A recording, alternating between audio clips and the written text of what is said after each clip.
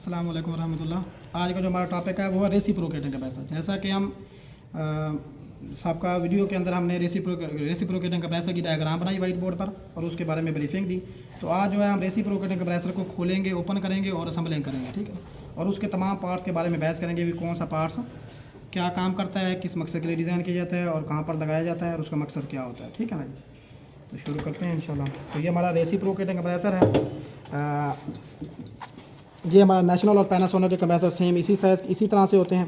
इनका स्टेटर हमेशा ऊपर की तरफ होता है और पंप जो है वो नीचे की तरफ होता है। और डेनफास्ट में ये होता है कि पंप ऊपर की तरफ होता है और स्टेटर हमारा नीचे की तरफ होता है, ठीक है ना जी। तो जो हमारा नेशनल पैनासोनिक का जो कंप्रेसर होता है, इसमें सबसे पहले ये हमारा स्टेटर है। मतलब कंप्रेसर जो है बेसिकली दो इसमें पर मुश्तमिल होता है, एक मोटर और एक पंप और मोटर पर। मोटर के बुनियादी दो हिस्से होते हैं, रोटर और स्टेटर। और पंप जो है वो साफ ज़रा आपको पता ही है कि जो कंप्रेसर हमने वाइट बोर्ड पर बनाया कि उसमें कौन कौन से हिस्से होते हैं। क्रिंक शाफ्ट है जैसा कि, ठीक है ना। साफ ज़रा रूटर के साथ ही क्रिंक शाफ्ट अटैच होगी। रूटर जब घूमेगा तो क्रिंक शाफ्ट घूमेगी। मोटर की रोटरी हरकत को पिस्टन की रेसिप्रोकेटिंग हरकत में क्या चीज़ तब्दील करती है, वो हमारी क्रिंक शाफ्ट ही है, ठीक है ना। तो क्रिंक शाफ्ट साफ ज़रा रूटर के साथ बिल्कुल अटैच होगी। एक हमारा रूटर है और जो पंप के अंदर जो हिस्से हैं वो क्रिंक शाफ्ट है। क्रिंक शाफ्ट के बाद कनेक्टिंग रॉड है, पिस्टन है, सिलेंडर है, वॉल प्लेट, हेड प्लेट, ठीक है ना, सक्शन डिस्चार्ज लाइन वगैरह ये चीज़ें हैं, ठीक है। तो इनकी सर्कुलेशन कैसे होती है, कहाँ से होती है।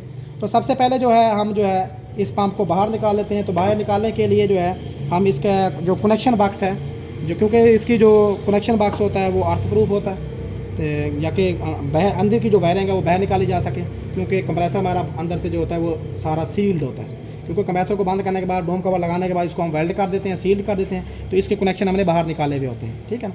तो यहाँ से हम इसके कनेक्शन मुकम्मल करते हैं। तो लेकिन जो अंदर से हमारी जो मोटर के कनेक्शन है वो यहाँ से इसके साथ जॉइंट होते हैं। इसका हम कनेक्टर उतार लेंगे। कनेक्टर उतारने के बाद ये हमारा जो स्टेटर है उसके कनेक्शन अलहदा हो गए। बाकी ये हमारी डिस्चार्ज लाइन है। डिस्चार्ज लाइन यहाँ पर वेल्ड की गई होती है। तो वेल्डिंग टॉर्च की मदद से हम यहाँ से तिरछी हीट देकर यहाँ से इस वायर पाइप को यहाँ से हीट देकर ओपन कर देंगे, मतलब वेल्ड किया गया होगा ना। क्योंकि ये लोहे की ट्यूब है, ये कापर की ट्यूब है। कापर को लोहे के साथ वेल्ड करने के लिए जैसे कि ब्रेजिंग की जाती है पीतल के रॉड की मदद से, तो ब्रेजिंग की भी होगी। तो आप हल्का सा हीट देकर इसको इस तरह से हीट देंगे कि आपकी हीट जो है इसकी स्टेटर की वाइंडिंग को ना जाए।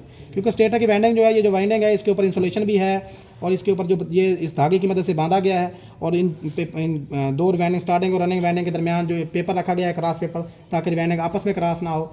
तो अगर इसको हीट जाएगी तो साफ ज़रा वो डैमेज होगी। इसको डैमेज होने से बचाने के लिए जो हम क्या करते हैं, हीट यहाँ से यूँ तिरछी देते हैं ताकि ये जो हमारा सेक्शन मफरल है इसको भी हीट ना जाए। तो यहाँ से डिस्चार्ज लाइन को हम ओपन करेंगे, ठीक है ना। ये हमारी डिस्चार्ज लाइन है। डिस्चार्ज लाइन को ओपन किया यहाँ से। अब हमारा पंप जो है पूरा का पूरा मुकम्मल यहाँ से बाहर निकल सकता है, ठीक है ना। अब ये पंप हमने निकाल लिया। तो पंप निकालने के बाद सबसे पहली बात है हमारा पंप जो होता है इन 4 स्प्रिंगों के ऊपर ठहरा हुआ होता है। तो भाई अब हमारा जो डोम कवर है इसमें जो 4 स्प्रिंग हैं, कितने स्प्रिंग हैं?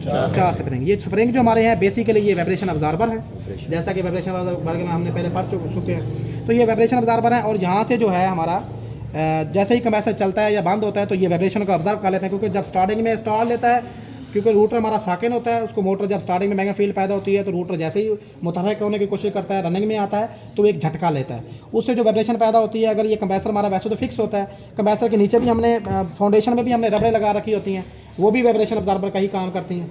तो थोड़ी सी उससे फ्लेक्सिबल हो जाता है कंप्रेसर की ट्यूबें, ताकि हमारी टूटे ना, लीक ना हो, ठीक है ना। तो ये 4 स्प्रिंग लगाए गए, ये वाइब्रेशन अब्जॉर्बर हैं।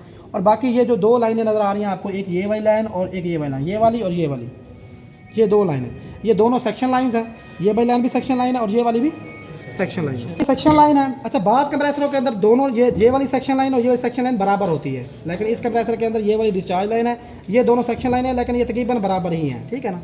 और इनका साइज़ भी सेम है।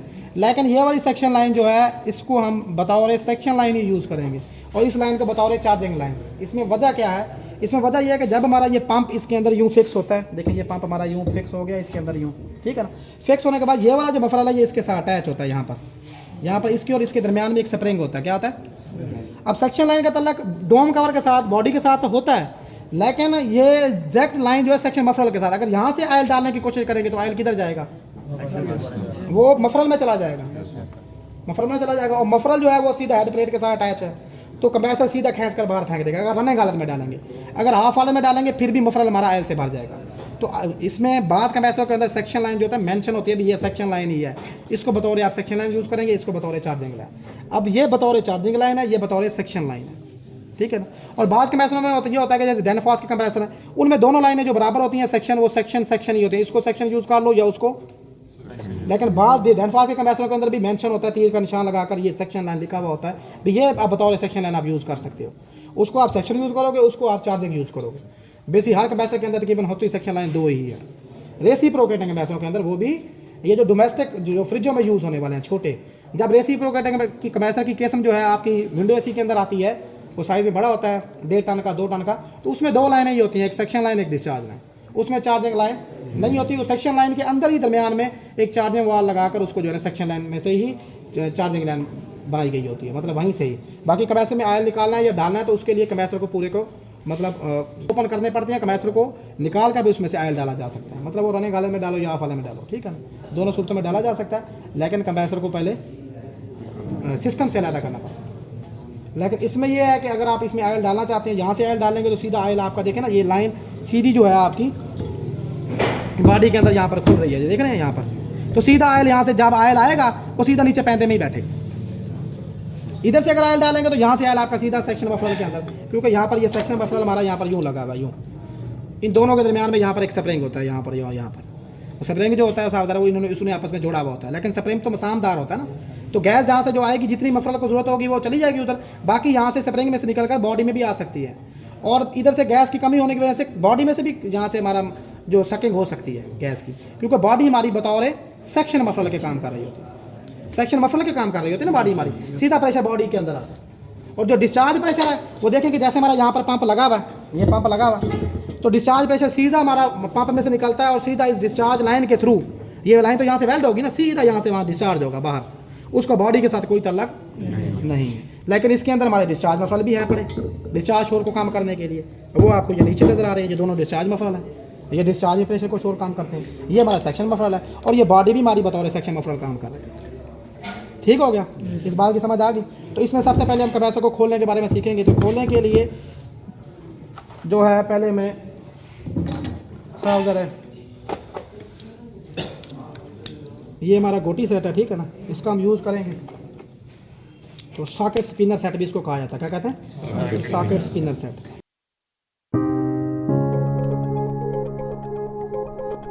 बेसिकली हमारे कंप्रेसर में कितनी किस्म के फॉल्ट आ सकते हैं,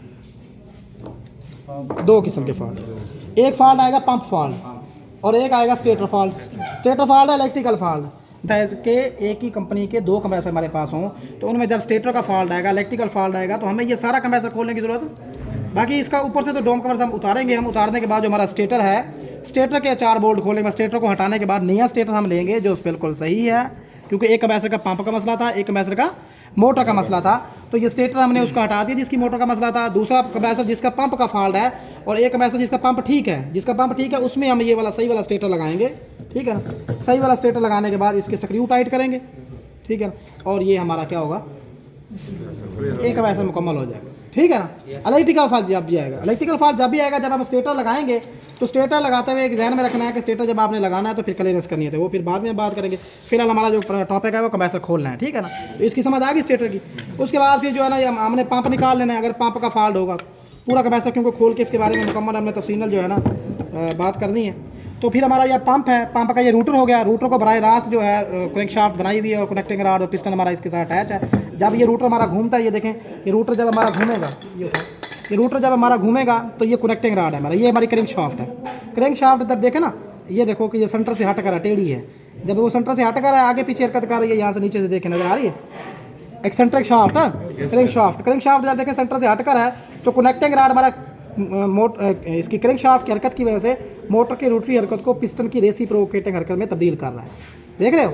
तो अब हमारा जो है देखिए ये कनेक्टिंग रॉड आगे पीछे वर्क कर रहा है, जिससे पिस्टन आगे पीछे वर्क कर रहा है। ये हमारी सिलेंडर हो गया, ये हमारा कनेक्टिंग रॉड है, इसके अंदर पिस्टन है, ये हमारी वॉल प्लेट है, ये हमारी हेड प्लेट है, ठीक है, ये सिलेंडर प्लेट होगी, ठीक है।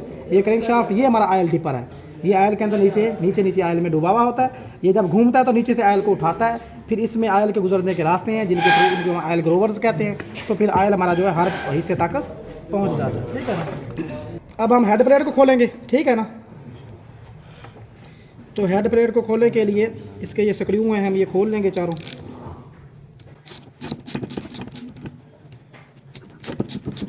हमारा जो कंप्रेसर का पंप है इसकी ये हेड प्लेट हम उतार रहे हैं, ठीक है ना। अच्छा, हेड प्लेट की रिपेयरिंग कब की जाती है? अब ये इसको खोल रहे हैं पंप को इसलिए कि अगर हमारा मोटर भी ठीक हो, पंप भी ठीक हो, ये कंप्रेसर है वो प्रेशर नहीं बना रहा, क्या हो रहा है, चल भी सही रहा है, पेड़ भी सही ले रहा है, लेकिन उसमें प्रेशर इतना ज़्यादा पैदा नहीं हो रहा है, या कम प्रेशर बना रहा है या प्रेशर नहीं बना रहा, ठीक है ना। उस सूरत में हम देखेंगे कि हमारा फॉल्ट क्या है। बाज़ ये भी होता है कि डिस्चार्ज लाइन यहाँ से टूट गई हो, यहाँ से टाँका लीक हो गया हो। ये भी होता है कि हेड प्लेट के दरमियान और वाल प्लेट के दरमियान और स्लटर प्लेट के दरमियान रखी हुई जो गैस किट होती हैं वो लीक हो जाती हैं, ठीक है ना। तो समझ आ रही है? तो उनके लीक हो जाने से भी क्या होता है, हाँ,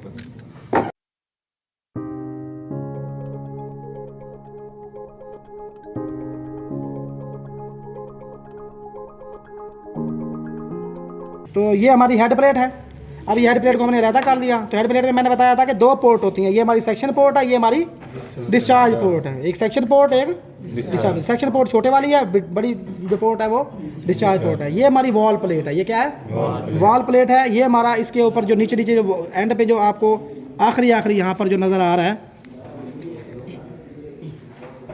ये आखिरी जो पतरी नज़र आ रही है हमारी किसकी है, ये डिस्चार्ज वाल है हमारा, ये वाला नीचे एंड पे जो पतरी है यहाँ पर बारीक वाली, ठीक है ना।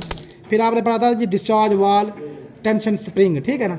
टेंशन स्प्रिंग जो है उसको टेंशन रखने के लिए इस वाल को, ताकि वो मखसूस प्रेशर पर जाकर खुले, इसके ऊपर ये सारी पतरियाँ लगाई गई हैं, ठीक है ना।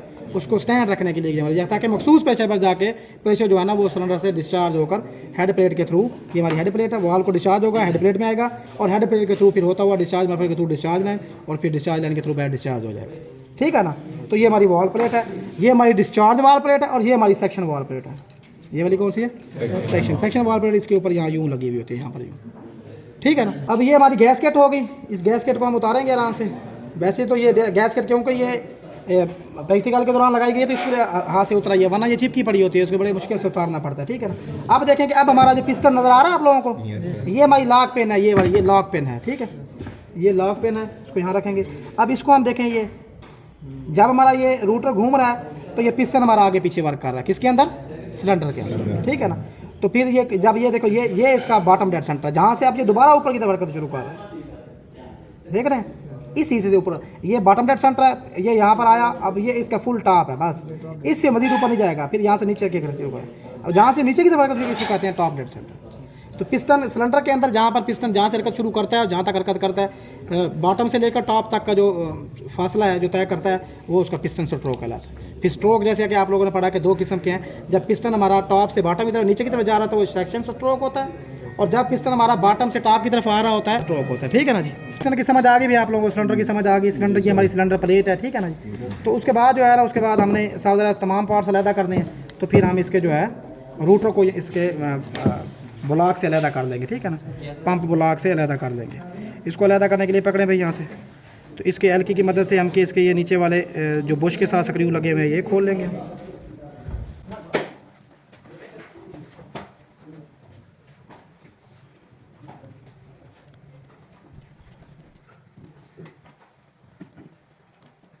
ठीक है, इनको खोलने के बाद हम इसको रूटर को पकड़ो नीचे से, इसको हम अलहदा कर लेंगे, ठीक है।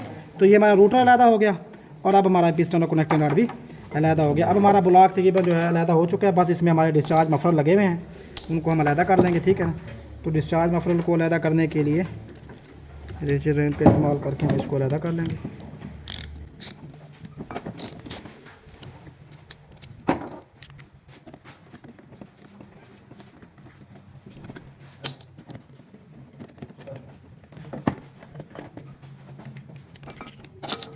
डिस्चार्ज मफलर हमारे अलहदा हो गए, ठीक है ना।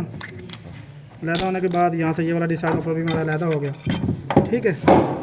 और इसको हमने यहाँ पर रख लिया। ये हमारा जो अब पंप का ब्लॉक है ये अलहदा हो गया, ठीक है ना।